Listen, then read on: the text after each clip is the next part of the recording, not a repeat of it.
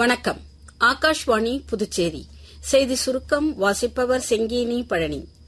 ஜனநாயகம் மலர்வதற்கும் உயிர்ப்புடன் இருப்பதற்கும் வலுவான நீதித்துறை அமைப்பு அவசியம் என்று குடியரசு துணைத் தலைவர் திரு ஜெக்தீப் தன்கர் வலியுறுத்தியுள்ளார். புதுடெல்லியில் நேற்று உச்சநீதிமன்ற மூத்த வழக்கறிஞர் விஜய் ஹன்சாரியா எழுதிய நாம் ஏற்றுக்கொண்ட அரசியலமைப்பு என்ற புத்தக வெளியீட்டு விழாவில் பேசிய திரு தன்கர், உலக அளவில் விசாரணை என்பது நிர்வாகத்தின் ஒரு தளமாக திகழ்கிறது என்றார்.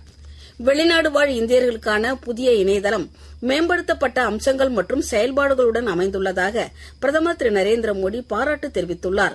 இந்த இணையதளம் தொடர்பான உள்துறை அமைச்சர் திரு அமித்ஷாவின் சமூக வலைதள பதிவை பிரதமர் தமது பதிவில் பகிர்ந்துள்ளார். புதிதாக தொடங்கி வைக்கப்பட்டுள்ள இந்த இணையதளம் நாட்டு மக்களுக்கு உகந்த டிஜிட்டல் நிர்வாகத்தை மேம்படுத்துவதில் குறிப்பிடத்தக்க முன்னேற்றமாக அமைந்துள்ளது என்று பிரதமர் அதில் குறிப்பிட்டுள்ளார். இந்தியன் வங்கி ஊரக சுய வேலைவாய்ப்பு பயிற்சி நிறுவனம் சார்பில் பொம்மைகள் தயாரிப்பு பயிற்சிக்கான விண்ணப்பங்கள் புதுச்சேரியைச் சேர்ந்த 18 முதல் 45 வயதுள்ள பெண்களுக்கு வழங்கப்பட்டு வருகிறது. பூர்த்தி செய்யப்பட்ட விண்ணப்பங்களை சமர்ப்பிக்க கடைசி நாள் வரும் 23ஆம் தேதியாகும்.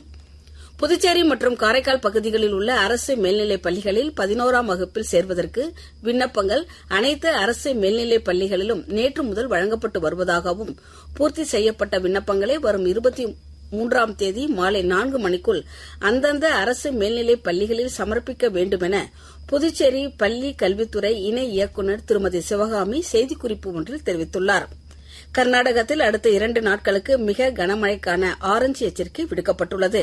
கர்நாடக மாநிலத்தை ஒட்டியுள்ள தமிழ்நாடு, கொங்கன், கோவா மற்றும் மகாராஷ்டிரா பகுதிகளில் அடுத்த 3 நாட்களுக்கு கனமழை முதல் மிக கனமழை வரை பெய்யக்கூடும் என்றும், இப்பகுதிகளில் சிவப்பு எச்சரிக்கை விடுக்கப்பட்டுள்ளதாகவும் இந்திய வானிலை ஆய்வு மையம் தெரிவித்துள்ளது.